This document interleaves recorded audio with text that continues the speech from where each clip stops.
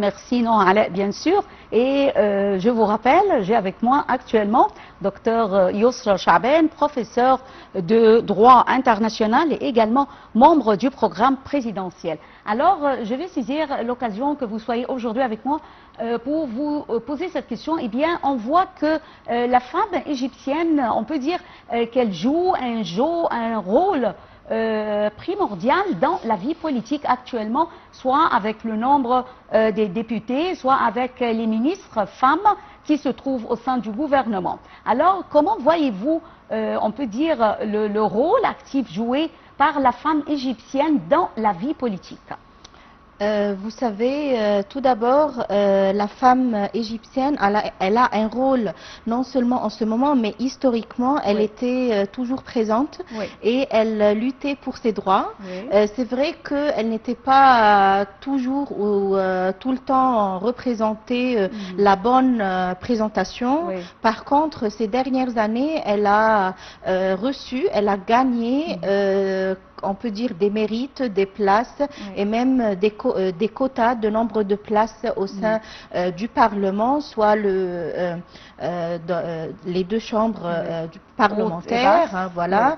Et donc la femme égyptienne, elle est présente et elle l'était toujours, mais ça dépend des vagues féminines. Vous savez, il y a des vagues féminines comme ça. La première vague, elle luttait pour le droit de vote, par exemple, c'est un droit politique. Deuxième vague, elle luttait pour d'autres droits civils et civiques. Troisième vague, quatrième vague et ainsi de suite. Et donc ça dépend de l'époque où elle s'y trouve. Mais dans toutes les phases, dans toutes les époques, dans toutes les périodes, c'est bien sûr que la femme égyptienne, elle a mérité ce qu'elle est et la place qu'elle voudrait. Et donc, à mon avis, par contre, ça vient toujours par un support non seulement féminin, mais aussi masculin et du pouvoir politique. Vous avez vu que dernièrement, ces dernières années, la volonté politique de la présidence égyptienne, elle a bien donné la place aux femmes, aux handicapés, aux jeunes, à tout secteur. Voilà. Lorsqu'on parle ces jours-ci des élections sénatoriales qui se déroulent le 4 et le 5 août en Égypte, eh bien, qui se sont déroulées il y a 2 jours à l'étranger. Exactement. On a vu comment la femme égyptienne a participé fortement dans ces élections. Et quel est le rôle de la femme égyptienne en ce qui concerne, on peut dire, la sensibilisation de l'importance des élections et du vote pour les sénatoriales? Je ne vous cache pas, et on ne cache pas ça aux hommes, nous les femmes, on est le moteur, fièrement, ou j'aime dire ça, mais c'est la vérité, et pratiquement, c'est le cas le jour du jour en fait. Et donc, la femme égyptienne, c'est le moteur de la famille. Et donc, la sensibilisation et moteur, ce sont deux choses qui se lient. Et donc, la femme égyptienne, et même moi, j'ai trouvé mes tantes, ma mère, il y a des... Ah, moi, je veux savoir, c'est quoi, où est-ce que... Voilà, où est-ce que ton bureau de vote, il est où exactement? Tu peux me voir sur Internet, voilà, avec ma carte d'identité, je dois aller où exactement? Et donc, cette sensibilisation féminine et au sein du foyer, ça donne l'importance et ça s'apprend en fait à ses enfants et à son entourage. C'est pas évident, peut-être que d'autres nations, mais on est toujours, les femmes égyptiennes, elles avaient un rôle pratique et un rôle réel qui se trouve concret, vous voyez, pour elles et pour, je pense que ça vient de par sa culture, sa sensibilisation, comme vous dites, et elle est aussi, la femme, égyptienne, elle a une caractéristique, à mon avis, c'est qu'elle est un peu voyante. Elle voit un peu l'avenir, où on peut aller avec nos enfants dans quelques années, etc. Et donc, elle a quand même un petit chemin qui se dessine. Et donc, je pense que la sensibilisation, ça commence du foyer, de la femme. Et toujours, et j'ajoute à ça, qu'elle est toujours connectée aux réseaux sociaux. Même nos mères, maintenant, elle est sur Facebook et elle regarde toutes les nouveautés en fait. C'est elle qui parfois nous dit nouvelles et nouveautés. C'est elle qui nous le dit en fait. Oui, exactement. Alors également, je vais saisir l'occasion que vous soyez aujourd'hui avec moi, puisque vous êtes membre du programme présidentiel. Alors, on voit que le président Abdel Fattah el-Sisi, il donne une grande importance, il accorde une grande importance à la femme égyptienne, étant une mère, une fille et autres, les femmes égyptiennes. Et également, sur un autre plan, aux handicapés. Alors, en ce qui concerne les sénatoriales, comment avez-vous vu les préparatifs en faveur de la femme âgée, de la femme égyptienne, notamment pendant ce temps, puisqu'il fait très chaud ces jours-ci en Égypte, et pour les handicapés également. En fait, là, en regardant les reportages que vous avez faits et tout, j'ai vu qu'il y a des fauteuils roulants, j'ai vu qu'il y a maintenant des bulletins avec Braille pour les aveugles. Voilà. Oui. Et donc, moi, je trouve que même les agents de sécurité qui sont sur place, voilà, et ils aident. Enfin, moi, j'ai vu ça de mes propres yeux. Ils aident les femmes âgées, hommes et femmes âgées, les personnes âgées en général. Et donc, moi, je pense que c'est une solidarité voulue, c'est une solidarité qui doit être retenue. En ce qui concerne la volonté politique en particulier, on n'oublie pas que l'Égypte, en ce moment, on est tous engagés, tous ensemble, pour la stratégie 2030, y compris l'axe qui concerne la femme, l'égalité homme-femme, tout ce qui concerne la vie digne, le développement durable, les 17 objectifs. Y compris ce qui concerne handicapés, femmes, personnes âgées, etc. Et même moi, en tant que membre au comité législatif du Conseil national des femmes, il y a des lois qu'on révise et on est toujours demandé de trouver la place de la femme dans ces lois-là.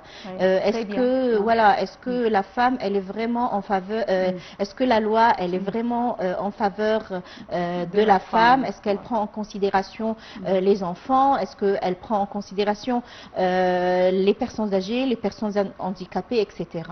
Et on n'oublie pas que la loi du Sénat, la loi actuelle du Sénat, elle exige une quota particulière pour les femmes.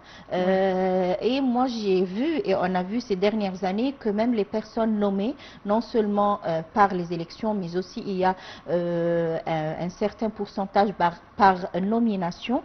Ces personnes-là, on a vu qu'elles représentent toutes couleurs et toutes diverses formes de la société égyptienne. Femmes chrétiennes, femmes handicapées, femmes âgées, voilà, de toute communauté, de toutes sortes, de tout type.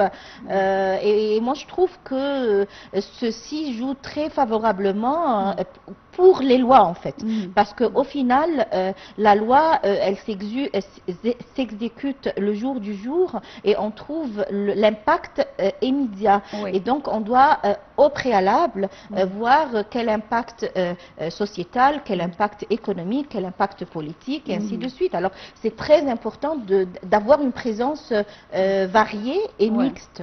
Oui.